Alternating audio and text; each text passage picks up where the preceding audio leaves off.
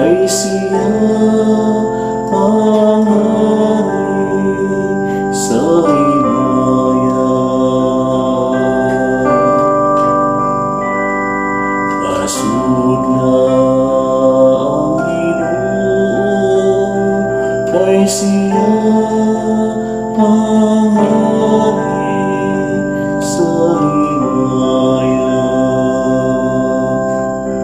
Iya sa Ginoo ang yuta ug ang kapuno niini,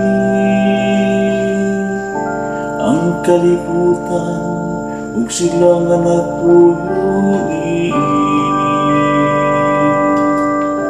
Iya kining gitukod ibabaw sa kadagatan,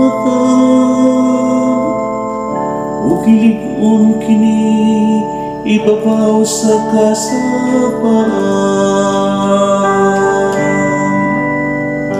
Asod na ang Ginoo, kay siya ang hari sa himayan.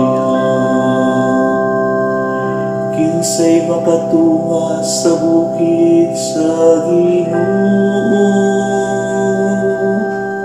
o kinsay makabarog sa iyang balaan nga dapit. Siya kan sa makamutulay mga sala, kan sa kasing-kasing malinis.